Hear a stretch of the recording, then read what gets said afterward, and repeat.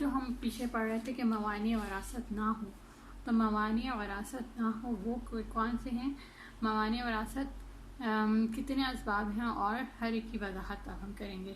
وہ اسباب جن کی وجہ سے وراثت سے محروم ہو جاتے ہیں وہ 4 ہیں، یعنی کہ جس کی وجہ سے وارث جو ہے وراثت سے محروم ہو جاتے ہیں۔ موانع وراثت کیا ہیں؟ جن کی وجہ سے جو وارث ہیں وہ محروم ہو جاتے ہیں وراثت سے۔ وہ کون سی ہیں؟ غلام ہونا، قتل، اختلاف دین یا ولد زنا۔ غلام ہونا میں کیا؟ غلام نہ خود وارث بنتا ہے نہ اس کا کوئی وارث بنتا ہے، کیونکہ اس کی تمام کمائی مالک کی ملکیت ہوتی ہے۔ ابھی جو ہم نے پیچھے پڑھا تھا وہ ولا تھا اور اس میں غلام آزاد ہو چکا تھا، پھر اس کے بعد اس کے نسبی رشتہ دار اگر نہیں ہوتے تو جو آزاد جس نے اس کو کیا تھا وہ اس کا وارث بن سکتا تھا۔ یہاں پہ کیا ہے کہ جو خود غلام ہو، یعنی یہاں پہ مطلب یہ ہوا کہ غلام ابھی آزاد نہیں ہوا ہے اور وہ خود ابھی غلام ہی ہے۔ پچھلے والے میں جو بھی ہم نے پڑھا ہے وہ ولا تھی اور اس میں یہ تھا کہ غلام آزاد ہو چکا ہے، اس کا کوئی نسبی وارث نہیں ہے، تو جو آزاد کرنے والا ہے وہ اس کا وارث بن جائے۔ اب یہاں پہ موانع وراثت کیا ہوگی کہ جو غلام ہے، ٹھیک ہے، اور نہ غلام جو ہے خود اس کا اب خود کوئی وراثت نہیں بن سکتا، کیونکہ اس کی جو ساری ملکیت میں جتنی بھی ہر چیز آتی ہے وہ اصل میں کس کی پراپرٹی ہے؟ اس کے مالک کی پراپرٹی ہے، تو وہ اپنے کسی بھی مال کو اپنے مالک کی اجازت کے بغیر کسی کو بھی نہیں دے سکتا، اس لیے اس کا جو مال ہے وہ کسی بھی طرح سے آگے وراثت کے طور پر تقسیم نہیں ہو سکتا۔ تو یہ ایک موانع وراثت ہے، یعنی کہ یہ ایک سبب ہے جس کی وجہ سے وراثت سے محروم ہو جاتے ہیں اس کے وارث غلام کے۔ سیکنڈ ون کیا آیا؟ قتل۔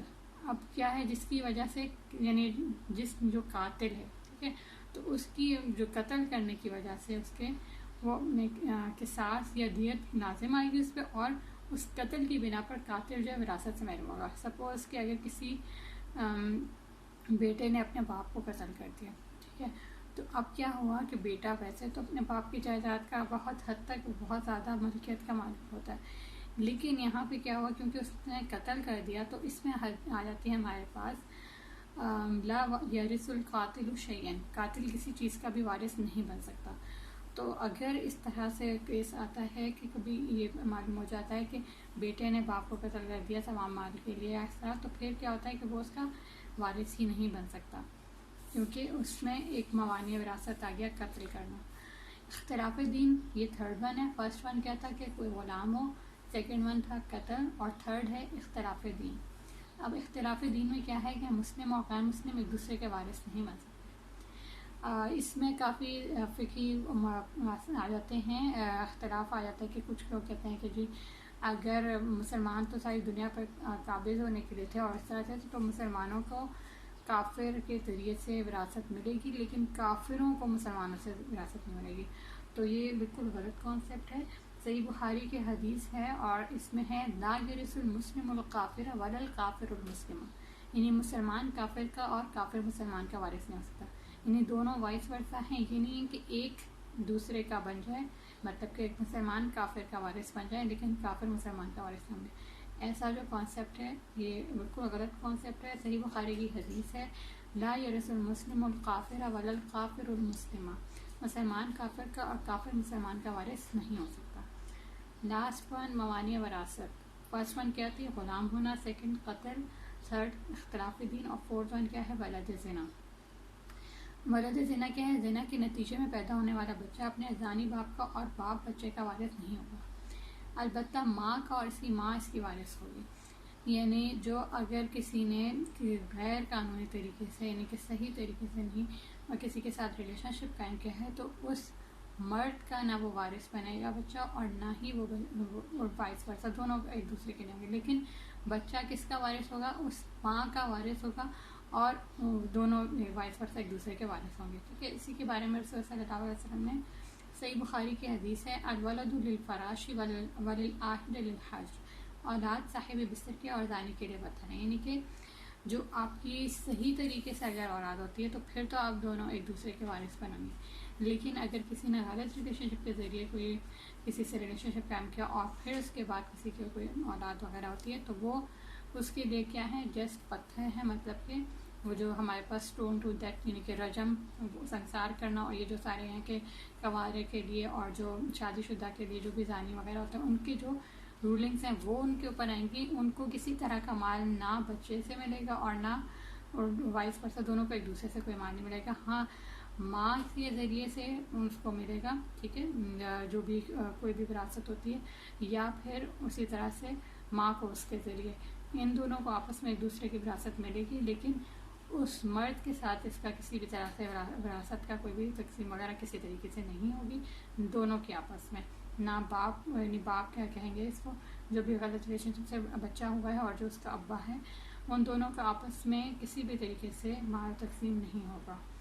پھر اسی طرح کا حکم جو کہ ولد زنا کا ہے وہی حکم لعان کا ہے. لعان کا رول جو ہمارا ہے چھوٹا سا مختصر سا میں آپ کو بتاتی ہوں. لعان کیا ہوتا ہے کہ اگر ہسبینڈ جو ہے وائف کو غلط ریلیشن شپ کا اس کے اوپر الزام لگاتا ہے, تو اس میں کیا ہوتا ہے کہ لعان میں آپ کا وہی والا رول جو کہ ولد زنا کے لیے ہے وہی لعان کے لیے آئے گا. اور اس میں کیا آئے گا کہ اس میں بھی صرف ماں ہی وارث بنے گی اس اولاد کی, اور وہ اولاد جو ہے صرف ماں کا ہی, مطلب دونوں آپس میں ایک دوسرے کے وارث بن سکتے ہیں.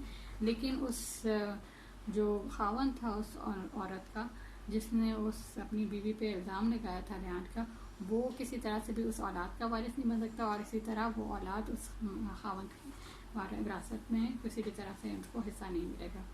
تو اس میں بھی وہ دونوں ایک دوسرے کی وراثت سے محروم رہیں گے. ایک آدمی نے آپ سے وسلم کے دور میں اپنی بیوی سے لعان کیا اور بچے کا انکار کر دیا, تو نبی صلی اللہ علیہ وسلم نے خاوند بیوی کے درمیان جدائی کر دی. اور لعان کا کانسیپٹ یہ ہے کہ اس کے بعد میاں بیوی میں جو جدائی ہوتی ہے اس میں کسی طرح کا بھی رجوع نہیں ہو سکتا. ہمیشہ کے لیے وہ کبھی بھی ایک دوسرے کے لیے زندگی بھر کے لیے حرام ہو جاتے ہیں, کیونکہ اب جو ٹرسٹ ایشوز تھے وہ بالکل ہی ختم ہو چکے ہوتے ہیں. ہاں بالکل ٹرسٹ رہتا ہی نہیں ہے. جب ایک نے دوسرے پہ الزام لگایا یا دوسرے نے پہلے پہ لگایا, کسی بھی طریقے سے ہوتا ہے, تو ان دونوں میں آپس میں کسی طرح کا ٹرسٹ نہیں ہے. تو اس کے لیے پھر سے ریلیشن شپ قائم کرنا کسی طرح بھی دونوں طرف سے, دونوں پارٹیز کے لیے, چاہے وہ عورت ہو یا مرد ہو, پاسبل نہیں ہوتا. اور خاص طور پر اس کے لیے جس پر الزام لگایا گیا ہو, تو دونوں ایک دوسرے پہ کسی طریقے سے ٹرسٹ نہیں رکھ سکتے. تو اس لیے ان دونوں کا تو پھر ہمیشہ کے لیے رہتی ہوئی. ساتھ ساتھ یہ ہوا کہ جو اولاد ہے اس کو بھی کسی طریقے سے جو باپ کی طرف سے ہے وراثت نہیں ملے گی, اور نہ ہی باپ کو اس اولاد کی طرف سے کسی طرح سے وراثت ملے گی. اور بچہ عورت کے ساتھ ملا دیا جائے گا. پھر یہ اصول جاری کر دیا جائے گا جیسے کہ ہے انہ یرثھا وترث منہ ما فرض اللہ لہا. وہ بچہ اپنی ماں کا اور ماں اپنے بچے کی وارث ہوگی جو اللہ تعالیٰ نے اس کا حصہ مقرر کیا ہے.